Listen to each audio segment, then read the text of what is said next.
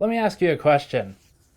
How many fucking control panels do you need? MSI probably won't like this video. They'll probably ask us to change the title again, like they did last time we published something critical of them. But the point isn't to be mean to MSI. The point is not to make MSI HQ upset over things because it's not glowing praise.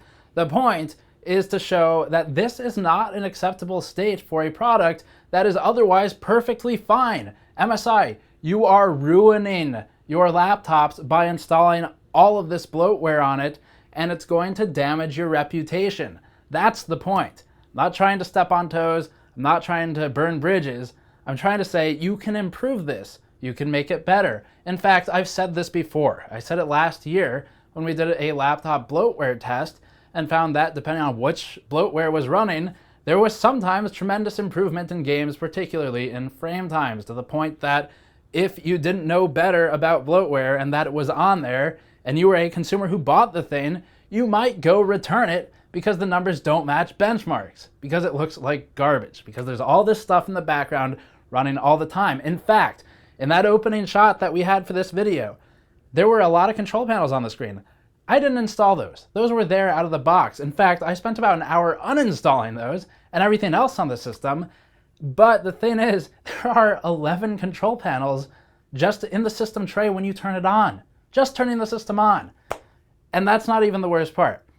I'm not even sure what the worst part is. One of the bad parts is that boot times are heavily impacted by this. We did a test, pretty simple one.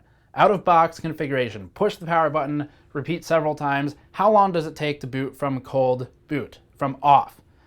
The answer for a clean Windows install, nothing installed but Windows, even Steam, because we figure that's probably normal, and a couple of applications that sit in the background or never open at all, but not 11 control panels. So we tested in that config. The answer was about 18 to 18.6 seconds, depending on test pass. The numbers were 18, 18.4, 18.4, 18.4, 18.6. So about 18.4 seconds. What happens when you test it out of box? When you test it with MSI's configuration for gamers? It takes about 40 seconds for the hourglass to stop spinning. That was our criteria. Push the power button.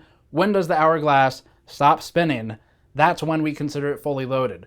For this, 40 seconds. And sometimes, actually quite regularly, if you try to start typing even at that 40-second point, the typing in whatever you're typing with Notepad, whatever it is, the search bar, it will lag so far behind your actual physical human input that it feels kind of like when you're using a phone that is loaded with bloatware, coincidentally, and all the letters pop up on the screen all at once. That's what it feels like using this laptop, because that's what happens.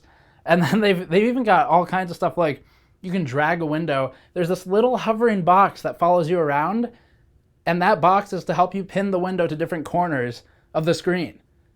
It's insanely annoying. It slows things down. And outside of just the boot time difference, which is bad enough that people who don't know any better should absolutely not buy this laptop because they would think the hardware is bad, which isn't the case. And again, MSI, I'm telling you this because people think this is going to be a shit laptop because it doesn't boot quickly. That's not the problem. It is clearly capable of booting just as fast as any other system with Windows on it that isn't loaded with bloatware. But outside of the booting stuff, battery life. We did some battery life tests. We did a few. Some with gaming, like Grid Autosport just on loop until it died, and some that were production focused. So we used PC Mark. We ran the office workload where it's basically just doing a repeated automated typing test, typing, web browsing, Excel, some video playback, but not a lot, that kind of thing. That was tested on loop. It is automated. For the most part, we saw about a 6 to 8% reduction in battery life in this default out-of-box state versus a clean install after I uninstalled everything for about 40 minutes to 1 hour. So it's a 6 to 8% battery life difference. That is enough that when you're loading the thing with all these production and office workloads, you would notice it. You're losing sometimes 10 minutes off your battery life, sometimes 15.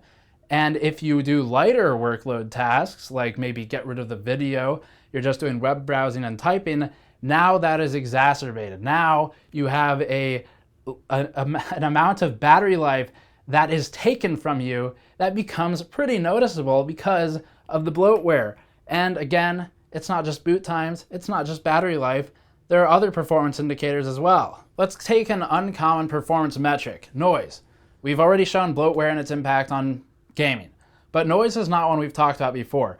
We took a dB meter, we use these all the time for our case reviews, pointed at the laptop 20 inches away from the screen and took some noise measurements. If you test when it's a clean install, it's not too bad. We've got numbers for it. It's really not that bad. Now gaming, sure, it spikes up over time. We actually have an overtime chart for gaming that will be in the review that shows how the fan ramps up as the load increases, but that's gaming.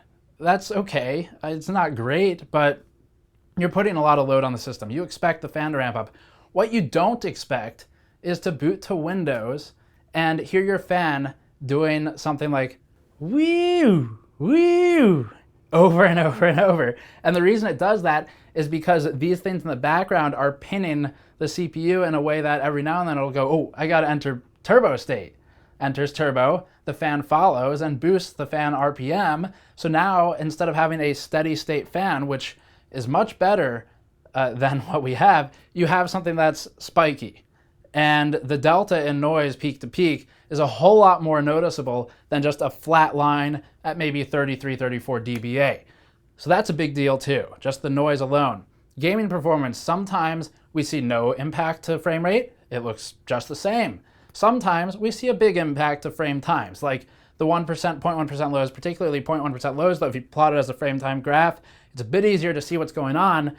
We can see the impact depending on what software is triggering in the background, what it's doing, if it's trying to apply anything to the screen, if it's trying to enter any kind of scans or other different states that may be configured with all these tools. Audio software, all that stuff is on here. So depending on that, you can lose on frame times in a way that increases the stuttering to a noticeable level, and you can lose on your average frame rate. Maybe not a huge amount, depends again on what's going on, but with a clean Windows install, it doesn't happen at all. So it seems like an easy choice. Let me give you an idea of some of the applications that come on here, just so you don't think that they're actually offering something of tremendous value. We'll just do an A to Z read through of the programs listed in Windows. Battery calibration, burn recovery, Cyberlink Power DVD, Dragon Center, that's an MSI tool if you couldn't tell, Firebird SQL Server Magix Edition. Why is there a SQL Server or SQL client on here by default? I have no idea. Help desk, which provides useful pop-ups just kind of randomly while you're using the system. That's always nice to have. They normally pop up in the bottom right corner. Whole bunch of Intel stuff that you would expect, and then some that you might not want, like the ProSet wireless software, but hey, maybe Intel controls them there. Other things that we don't want, Killer Performance Suite. I can't stand Killer Performance Suite, but maybe they have a requirement there because the hardware used. What don't they have requirements for? Maybe Magix Content and Sound Tools, or Magix Music Maker Silver, Magix Photo Manager 16, Microsoft Office 365, Microsoft OneDrive, I guess that's on Windows 10 now, MSI Remind Manager, that's another pop-up dispenser, MSI TrueColor, which is a Flux clone, and Nahimic 2, however you say that one, Norton Online Backup, Norton Security, my absolute favorite. We've got SCM, which is an annoying, useless application. We have sizing options, which is the most annoying application that pops up and follows your mouse cursor when you move things around the screen. We have SteelSeries Engine for the RGB LEDs on the keyboard.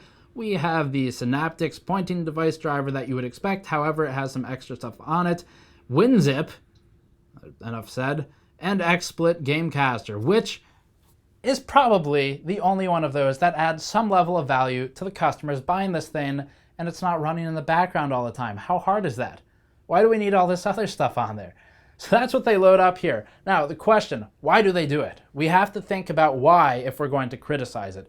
I'll tell you why. The reason manufacturers do this, and MSI will tell you as they did us that other people do it so it's okay, the reason they do it is because they have MDF agreements or other agreements that would be marketing development fund. Either money or favors exchange hands. We're not slamming them for that. That's a business thing. It happens all the time. For example, system integrators will sometimes get MDF from Intel, AMD, or NVIDIA to ship systems to reviewers with certain parts in them. It's something that happens in the industry.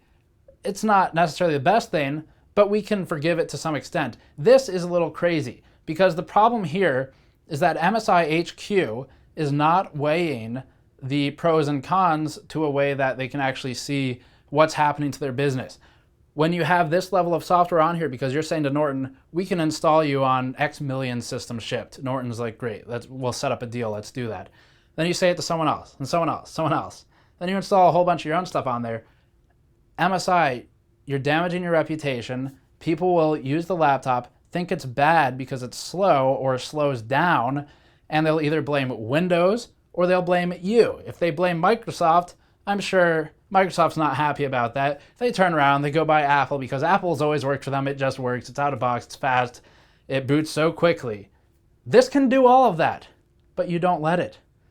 So I suppose that covers most of this. Why? The answer is because they have agreements with companies. Does that make it a good reason? No. And hopefully MSI will consider terminating some of those agreements in the future, because until that point in time, these laptops out of box are garbage until you fix them. The hardware is perfectly fine. MSI, you're ruining good hardware with bad software. So that's all for this video. Because this video was a bit critical in some ways, we're not going to run a normal ad on it. What we will do is say that if you want to help us out making these types of videos, because our independence is what allows us to do this, you can go to patreon.com/gamersnexus and help us directly. Join in on Discord and talk about the content. Thank you for watching. Subscribe for more. MSI, no hard feelings. You know that we like your products when they are good, but this is not a good move. Hopefully you fix it in the future. I'll see you all next time.